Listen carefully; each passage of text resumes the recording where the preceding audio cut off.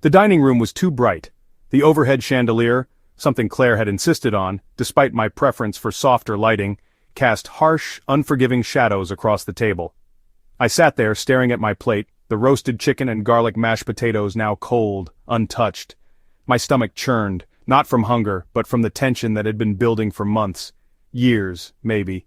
Across from me, Lila twirled her fork between her fingers, her dark eyes flicking up to meet mine with that familiar, mocking glint. At 17, she had perfected the art of making me feel like an intruder in my own home. Then, with a smirk that made my pulse spike, she said it. "Why don't you just go away?" Her voice was sweet, almost playful, but the words were razor blades. I froze, my fingers tightening around my fork. The air in the room thickened, pressing against my lungs. Claire didn't look up. She took a slow sip of wine, her manicured nails tapping against the glass, before finally sighing. "She's not wrong," Claire murmured, her voice casual, as if she were commenting on the weather. "We'd be better off without you." The words landed like a punch to the gut. I had spent years bending over backward for them, paid for Lila's expensive horseback riding lessons, her designer wardrobe, the BMW she got for her 16th birthday, despite her barely passing grades. I had supported Claire through her endless career shifts, her mental health breaks, her sudden obsession with redecorating the house every 6 months. I had swallowed every snide remark, every eye roll, every time they made plans without me, laughing like I wasn't even there. And now this. "We'd be better off without you." My chest burned. I set my fork down carefully, the metal clinking against the plate, the sound too loud in the suffocating silence. Lila smirked again, victorious. Claire finally glanced up, her expression bored, as if waiting for me to dare to react, but I didn't. I stood, my chair scraping against the hardwood, and walked out. Behind me, Lila giggled. "Drama queen." Claire didn't call after me. My feet carried me upstairs, each step heavier than the last, as if my body resisted what my mind had already accepted. The house, our house, felt foreign now, the walls closing in, the air thick with betrayal. I entered the bedroom, the same one Claire and I had shared for 7 years. The bed was still unmade from this morning, one of her silk nightgowns draped carelessly over the chair. I used to find that endearing, her little messes, the way she never quite put things away. Now it just felt like another reminder of how little she cared. I pulled my suitcase from the closet, the wheels scraping against the hardwood. The sound was too loud in the suffocating quiet. Pack, just pack. My hands moved on autopilot, shirts, slacks, the few personal items that were truly mine. I packed quickly. Clothes, passport, important documents, my laptop, my grandfather's watch, the only thing in this house that still felt like mine. Claire appeared in the doorway, arms crossed, hip leaning against the frame. Her expression was a mix of annoyance and disbelief. "Oh, come on," she said, voice dripping with condescension. "You're really leaving over a little comment?" I didn't answer. My throat was too tight, my jaw clenched hard enough to ache. If I spoke now, I'd either scream or break down, and I refused to give her either. Lila leaned against the doorframe, arms crossed, mirroring her mother. "He's bluffing," she said, rolling her eyes. The words should have stung. A month ago they would have, but now they just settled into the hollow space in my chest, confirming what I'd known for too long. I zipped the suitcase shut with a sharp sound, the finality of it echoing in the room. Claire's frown deepened.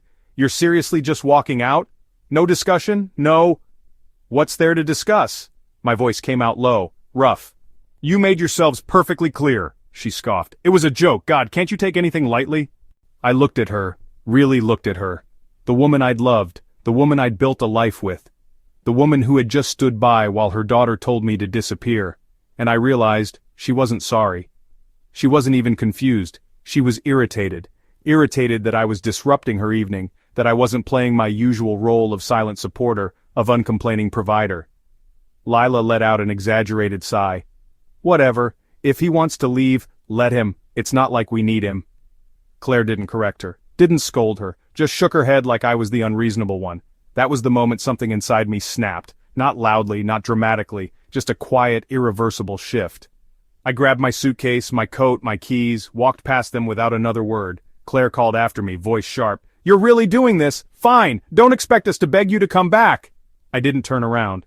The front door closed behind me with a soft click, not a slam. Funny how the biggest endings could be so quiet. The night air hit my face, cold and clean, free of the stifling weight of that house.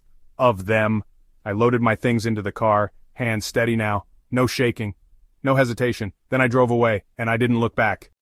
The hotel room was sterile, white sheets, bland paintings, the hum of the air conditioner the only sound. I sat on the edge of the bed, staring at my phone. 3 days. 3 days of silence. No calls, no texts, no frantic apologies. They really meant it. The realization settled in my chest like a stone.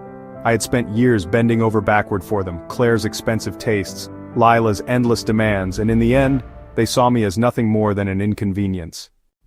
I exhaled sharply and picked up my phone, scrolled to a name I hadn't dialed in years. Daniel Mercer, my lawyer and old college friend, answered on the second ring. "This is a surprise." "I need your help," I said, my voice rough from disuse. "I'm filing for divorce." A pause, then, "Damn, what happened?" I laughed, a bitter hollow sound. "They told me to leave, so I did."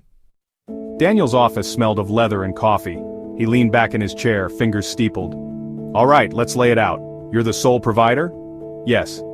"House in your name?" "Yes." "Cars?" "Both under me." He nodded, tapping his pen. "Good. That makes this cleaner. Now, finances, joint accounts?" "One. The rest are mine."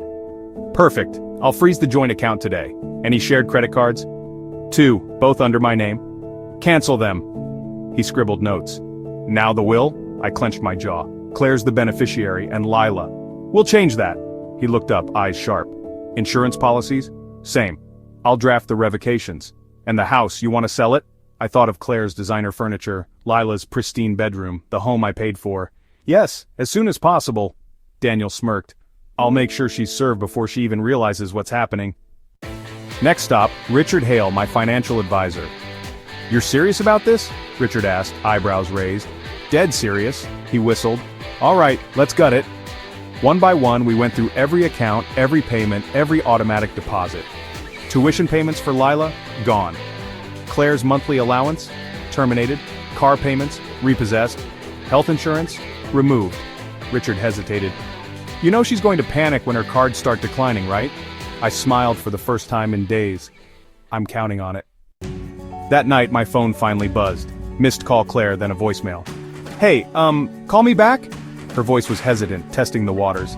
No apology, just annoyance. I deleted it. 5 minutes later, a text. "Claire, where are you?" I didn't respond. Another text, an hour later. "Claire, Lila didn't mean it like that, you're overreacting." I blocked her number. 2 days later, the bomb drops. My phone rang, unknown number. I answered. "What is this?" Claire's voice was shrill, panicked. "You can't just, you're filing for divorce?" I leaned back in my chair, calm. "I can. And I am." "You're being ridiculous," she shrieked. "Over one stupid comment?" "It wasn't just a comment, Claire," I said, my voice low. "It was the truth. You don't want me there, so now you don't have me." "You're really doing this?" Her voice cracked. "After everything?" "Yes," I said simply. "Goodbye, Claire." I hung up. I wasn't surprised when she stormed in the next day, her face flushed with fury. "You're cutting us off?" she hissed, slamming her hands on my desk. "The house? The cars? My credit cards?" I didn't flinch.